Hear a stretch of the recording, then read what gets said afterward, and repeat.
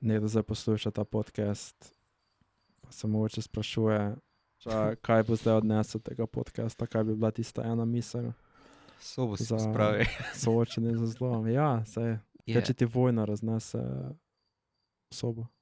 Ampak jaz mislim, da lahko to najlažje preprečiš tako, da poiščeš zlo v sebi. Kaj ti prispevaš k temu zlo, da se veča oziroma da se ne zmanjšuje. In po mojem, če to postane obče pravilo vseh ljudi, pa imaš, ne vem, recimo, če neke voditelje vzameva.